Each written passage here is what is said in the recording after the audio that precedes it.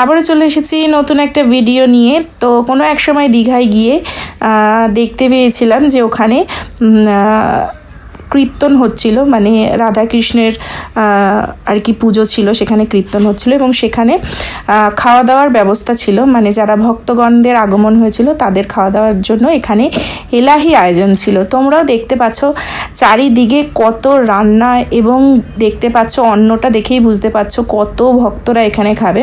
তো ওখানে কিছু জনের সঙ্গে কথা বলে জানতে পেলাম যে প্রায় 15,000 ভক্ত এখানে খাওয়া দাওয়া করবেন, সেদিন করেছিলেন আর কি। তো দেখতেই পাচ্ছ।